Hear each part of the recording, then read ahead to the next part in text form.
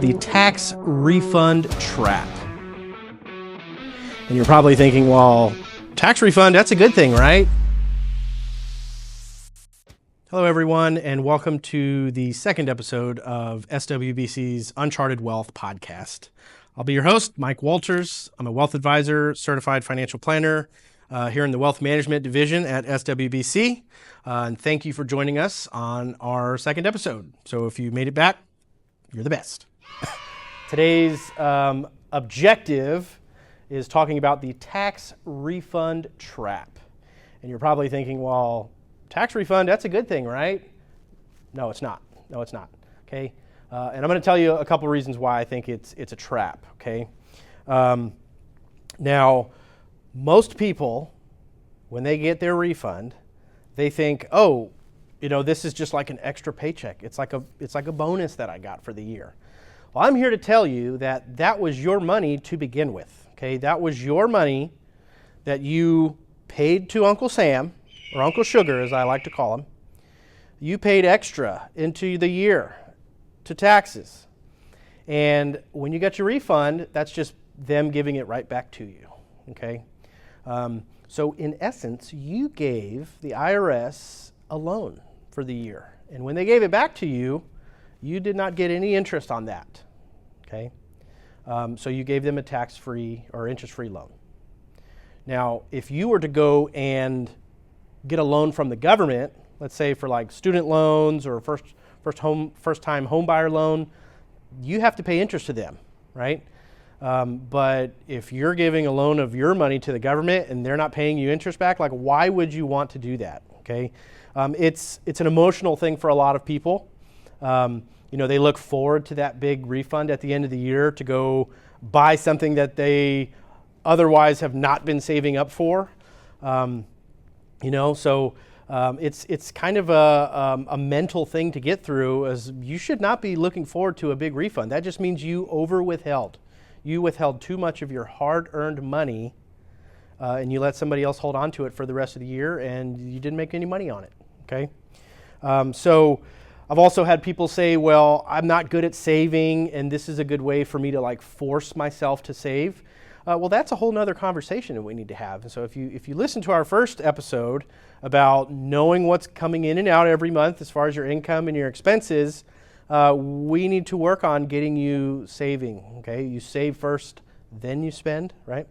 So if you know that you're already saving and you're doing a good job of it, you should also know how much you're saving as far as taxes go, okay? And that's something that a lot of people don't really look into, about being mindful of how much do I need to withhold in taxes throughout the year, so that way at the end of the year when we file, you're not getting this huge tax refund, right? And nobody wants to owe, of course, but I would argue that I'd rather owe a little bit at the end of the year than getting this huge refund back that I could have been using throughout the year for other things, okay? And so, again, it's your money. You could have been using it throughout the year. And so there's a couple different ways to make sure that this doesn't happen. All right, now the first method in making sure that you're not giving too much of your money to Uncle Sam is adjusting your withholdings. Okay, and you'll do this with your employer or your HR person. Get with them on adjusting your withholdings through your W-4. Okay, now the IRS kind of made things more difficult over the last year or two. They changed that form. You used to be able to go and say single one or married filing joint two, and now you have to do a little bit of math, which nobody likes to do, let's be honest.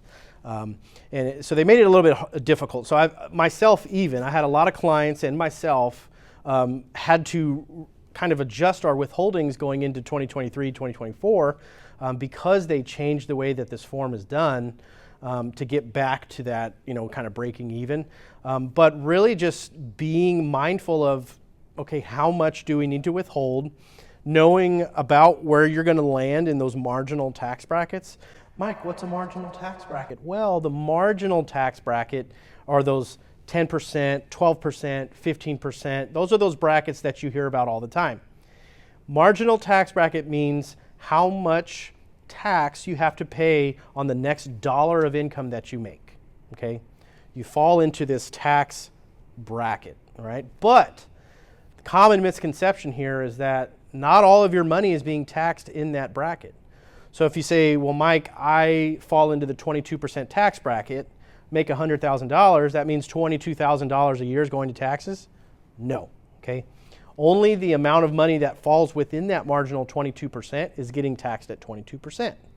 The first, bucket of income is going to get taxed at 10%, a little bit more at 12%. It's going to make its way up, right? So that's why they also tell you an effective tax rate.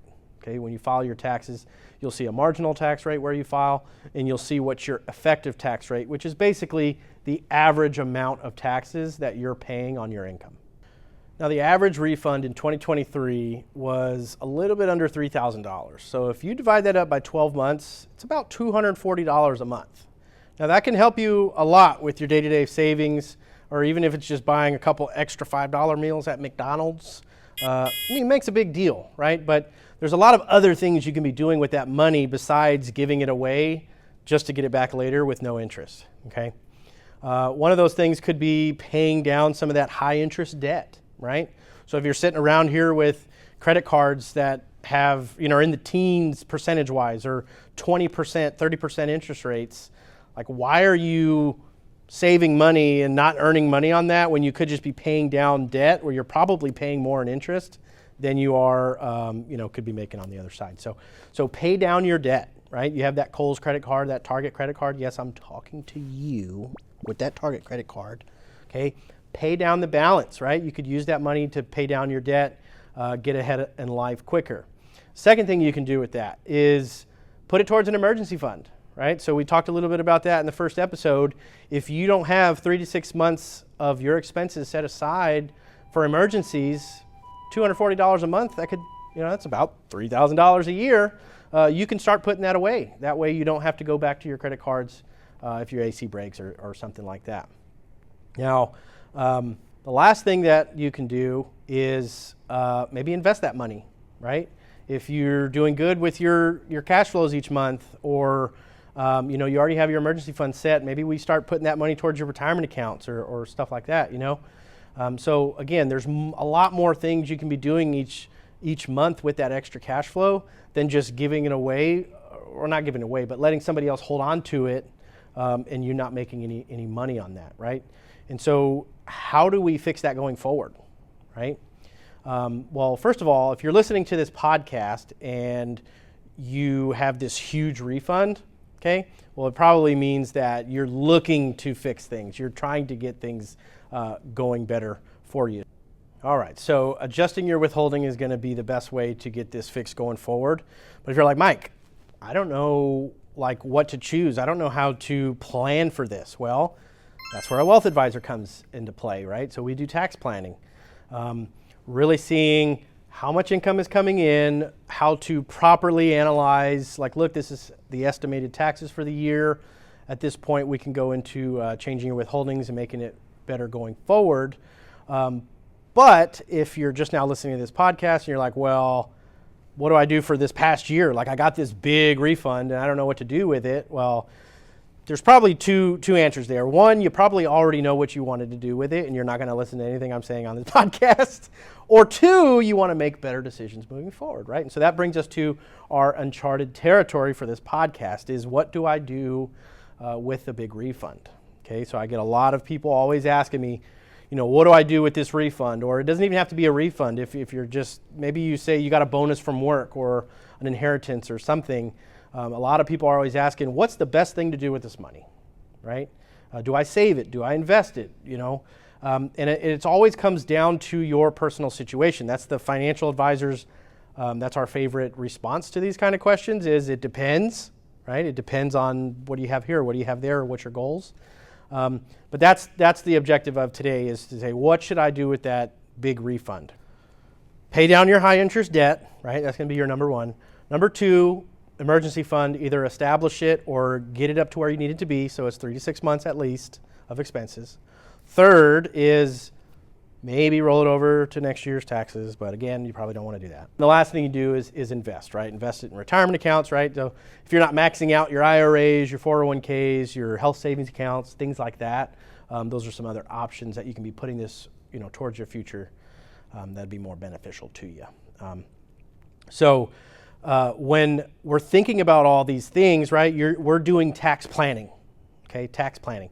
There's two types of people, though. There's tax preparers and there's tax planners. Okay, tax preparers are those that think about taxes only once a year, around this time of year when they start getting their tax documents, and they either give it to their CPA, their accountant, maybe they hook up with some guy named Turbo to do their taxes, whatever.